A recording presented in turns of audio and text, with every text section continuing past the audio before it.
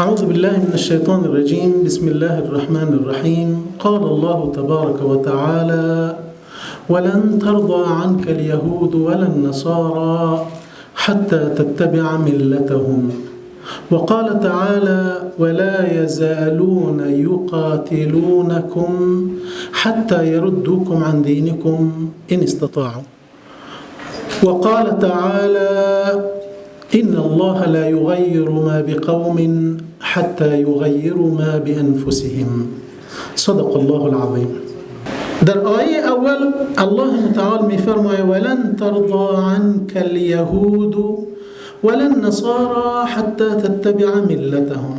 ای پیامبر، هرگز یهود و نصارا از تو راضی نمی شوند تا آن که پیروی از ملت اینها بکنی. الله متعال به رسولش می فرماید که جنگ بین تو، بین امت تو و بین یهود و نصارا یک امر حتمی و مستدام هست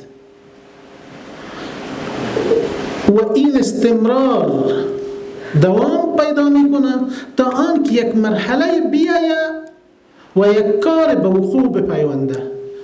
و کار چی است؟ اتباع از ملت یهود و نصارا. مفسرین کرام در رابطه به کلمه ملت می فرمایند که در قرآن کریم الله متعال در اینجا دین را نمیگه حتی تتبع دینهم. یهود و نصارا شما از تو راضی نمیشه تا آنکه دینشان را بپذیری. بجای کلمه دین کلمه ملت را میاره. و علمای لغت میگن که ملت از نگاه لغت به معنای راه وسیع هست که از پیمودن زیاد و از پامال کردن زیاد هموار شده باشه. یعنی راه زندگی اونها را نپذیری. امروز ما میبینیم در جهان اسلام کسانی که دین اونها را پذیرفته و نصرانی و یهودی شدن شاید به شمار انگشت و یا کمتر از این باشن، لیکن کسانی که راه اینها را پذیرفتن، فرهنگ اینها را پذیرفتن، ارزش‌های فکری و اخلاقی اینها را پذیرفتن به میلیون ها هستند.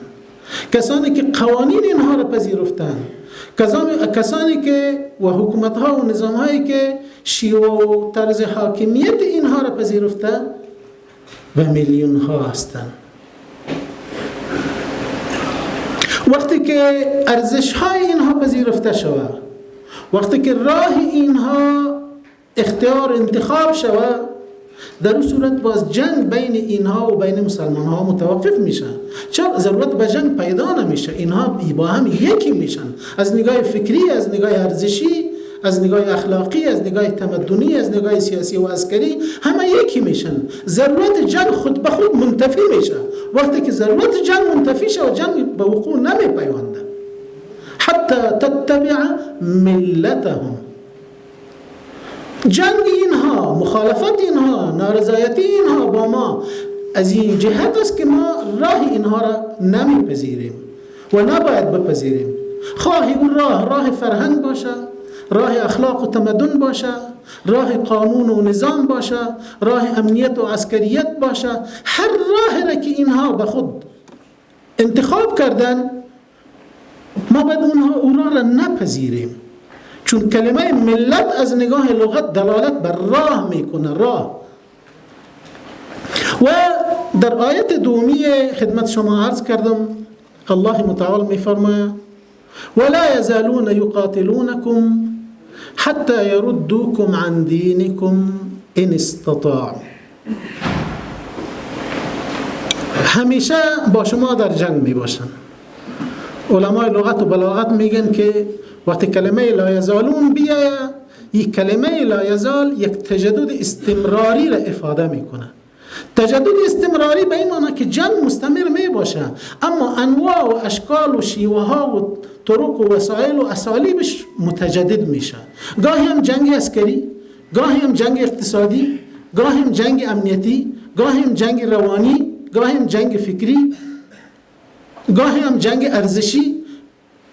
اسالیب و شیوه های جنگ متجدد میشه و هم از اعجاز قرآن است. الله متعال میفرماید ولا یزالون یقاتلونکم، همیشه با شما در جنگ میباشند و جنگ شیوه ها و انواع متجدد را به خود اختیار میکنند. تا به کی جنگ؟ حتی یردوکم عن دینکم ان استطاعوا، تا آن با شما در جنگ می باشند یهود و نصارا که امروز غرب متمثل یهودیت و نصرانیت است، تا آن با شما در جنگ می باشد تا که شما را از دینتان مرتد بسازه. در هر دو آیه ما دیدیم که کلمه حتی میه، حتی تتبع ملتهم حتی یردوکم عن دینکم. حتی یک خط فاصله را بروی ما میکشه. تا وقتی که ما قبل از حتی باشیم، یعنی بر دین اینها نباشیم، بر دین خود باشیم، بر راه اینها روان نباشیم، بر راه خود روان باشیم. جنگ، مخالفت، نارضایتی، دشمنی ها، مشکلات، این یک امر طبیعی و فطری است بین کفر اسلام. الله متعال به تأکید میفرماید. و آیه سومی را که خدمت عزیزان عرض کردم، الله متعال میفرماید که ان الله لا یغیر ما بقوم حتی یغیروا ما بانفسهم.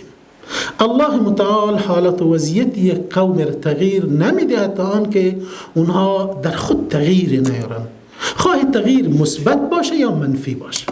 اگر مردم در خود تغییر منفی آوردن، وضعیتشان به طرف بحران میگیره، به طرف مشکلات میره.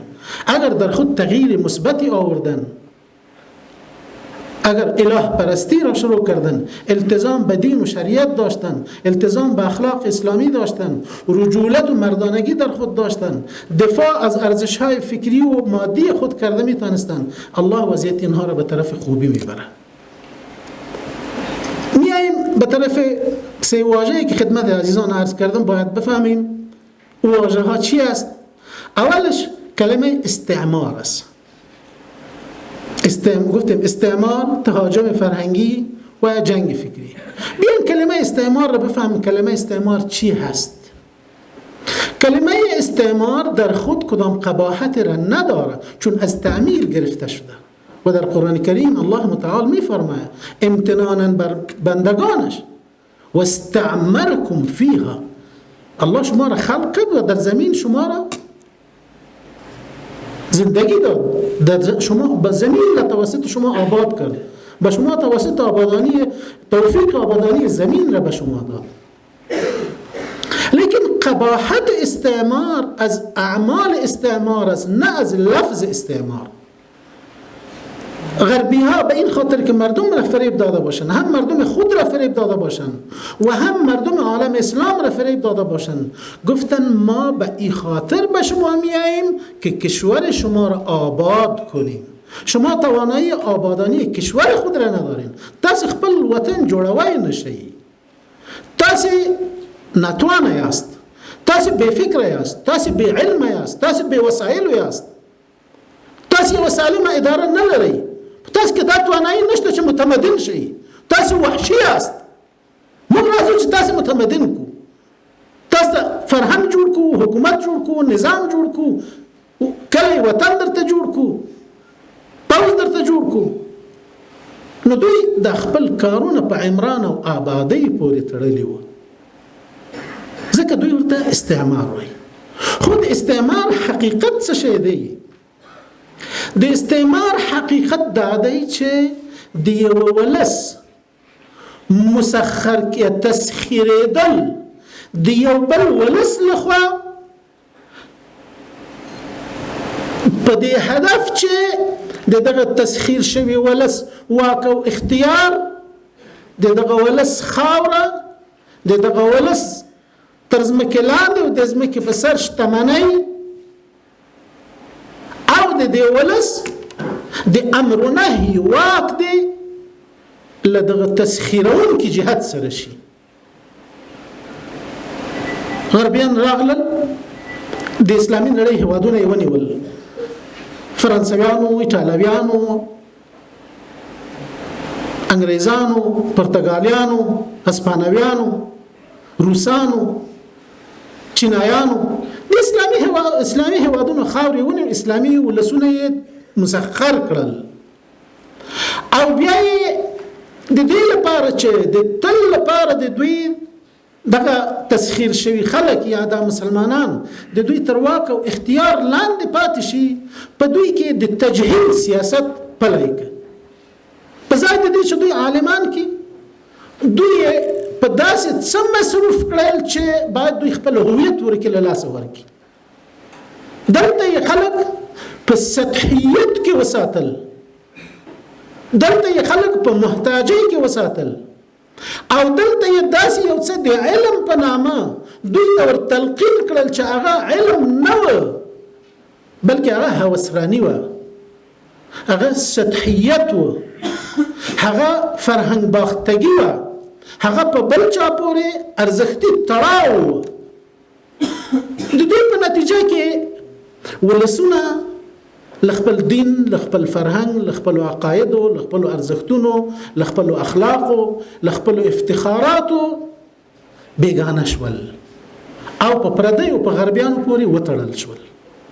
وخت چې په غربیانو پورې وتړل شول، ځان یې د غرب په اجتماعي او فکري او اخلاقي او تمدني کتله کې یو جزء احساس کړ او د هغوی په خون کې رنګ شول. وخت چې د هغوی په خون کې رنګ شول، بیا له هغوی سره تباین او اختلاف نه و او نه د دې ضرورت و چې خپل ازادي د ورنه واخلي. بیا سعادت په دې کې ګاڼه چې د هغوی غلام دی پاتې شي، بیا سعادت په دې کې ګاڼه چې د هغوی په لاره دی لاړ شي. ځکه خو ایرانی فیلسوف علي شریعتی استعمار ته استحمار وایي.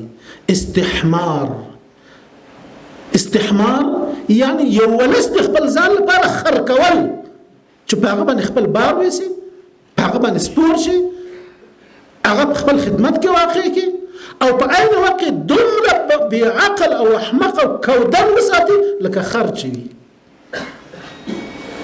مستعمرین چې هر هیواد ته راشي، دغه هیواد ځوانان په هوسرانۍ اخته کوي، دغه هیواد ځوانان په سکس او ډرګ باندې اخته کوي، هلته ځوانانو ته معاشقي ورتلقین کوي، هلته د سکشواليزم فرهنګ خلکو ته ورخي، هلته د ولس خپل ارزښتونه، خپل اخلاق، خپل عقاید، خپل دین، خپل افتخارات ورته لپامه او لارزښت لوېدلي شیان ورته تلقینوي، تر څو هغوی خپل ماضي ته شا ور واړوي او خپل مستقبل په پردیو پورې وتړي. استعمار په حقیقت کې لکه څنګه چې علي شریعتی وایي واقعا استحمار دی، او لدې وجه نه قباحت پیدا کړی چې دا استعمار نه ده، دا استحمار ده. دا ولسونه ځپي، په میلیونونو خلک وژني، واک او اختیار سلبوي، خپل اخلاق، ارزښتونه، قوانین، لوایح په زوره په یو چا تحمیلوي.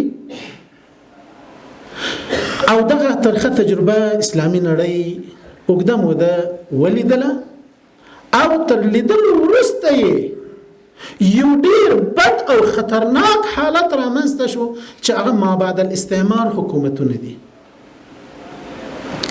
استعمار هر چقدر قباحت که در خود داره، باز هم قباحتش کمتر از قباحت حکومت ما بعد الاستعمار است.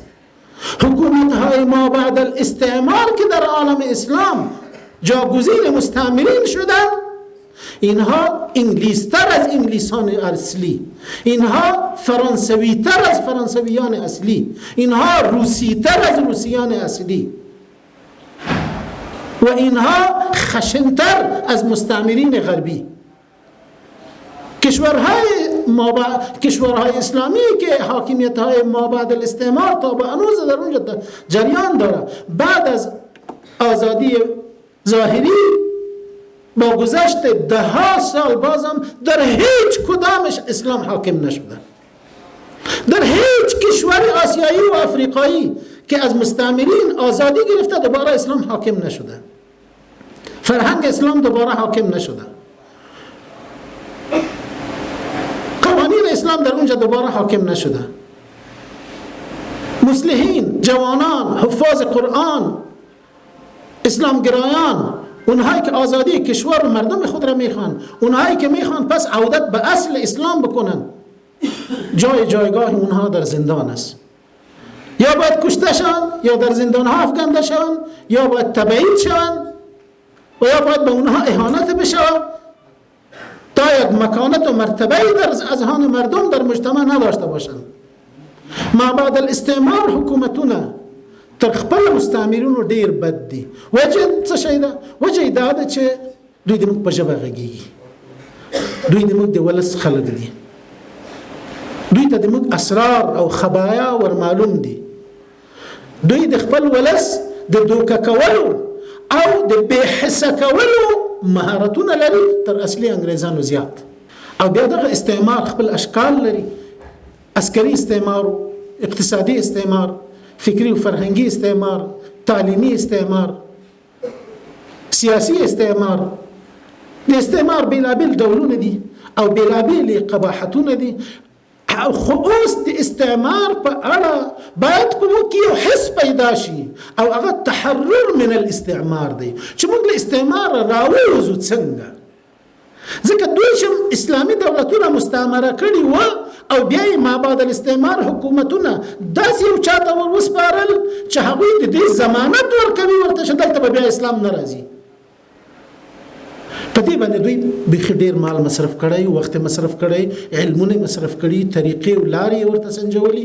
موږ ته پکار ده چې متقابلا د استعمار د پدیدې د له منځه وړلو لپاره همدغه ډول وسایل ولرو، همدغه ډول اراده ولرو، همدغه ډول عزم ولرو، همدغه ډول فرهنګ ورته ولرو، همدغه ډول علمي او فکري ادبیات ورته ولرو، او همدغه ډول د عمل میکانیزم ورته ولرو.